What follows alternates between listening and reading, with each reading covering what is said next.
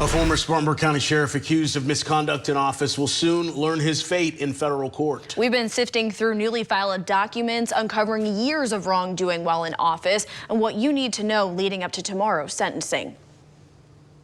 It's a nasty weapon.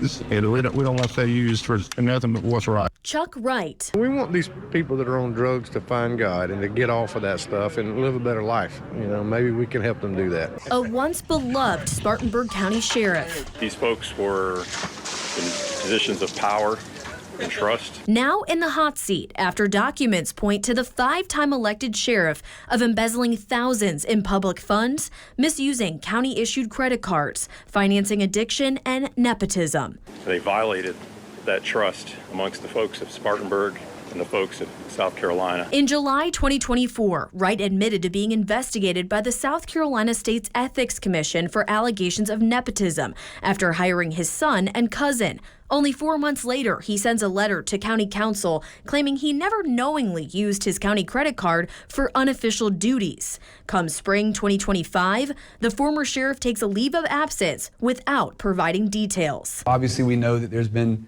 an ongoing FBI investigation there and other agencies, and all that's very concerning. Shockwaves hit Spartanburg and the upstate after new information surfaced in October 2025, showing the Ethics Commission slapping down 65 charges, 63 of which connect the county's leader in law enforcement to embezzlement. Wright pleading guilty to federal charges, wire fraud, and stealing from programs receiving federal funds, as well as obtaining controlled substances through misrepresentation. Today is a win for Spartanburg County and for the people that live here in South Carolina. Court documents show Wright swiped the county credit card for personal use, racking up a bill of more than $16,400 in just 4 years. I mean, everybody has to answer for what he or she does individually. I've never thought it's fair to paint a department by the department head. Take a look at this. Wright's expenses outlined, with more than $1,200 spent at convenience stores, about $1,200 spent on fast food, $4,000 spent on restaurants, and more than $4,500 spent at retail stores over the years. There's going to be more information that comes out. There's going to be outside agencies that are going to do what they do.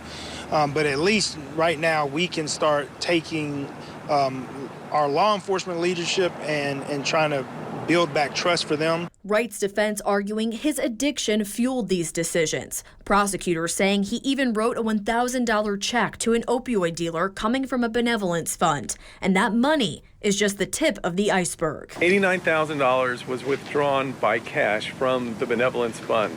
The benevolence fund is not allowed to withdraw cash amounts because they can't keep track of it. A benevolence fund used to provide assistance to Spartanburg County deputies for line-of-duty events, financial hardship, and more. More than 97% of what that fund brought in over 2 years drained, much of it by Wright. That needs to be put back. Sure it does. It's a 501c3 account. Evidence shows Wright even used county funds to pay penalties at the bank for exceeding his credit limit. Once in 2022, 4 times in 23, and once in 2024. Now Wright could face up to 33 to 41 months in prison. His defense filing a motion asking for a lesser sentence. You know, corruption is one of the top priorities of the FBI and SLED. On June 24th, federal prosecutors pushed back in a 14-page response, urging the court to follow federal guidelines and order full restitution, totaling more than $462,000. The Attorney General's office echoing that sentiment.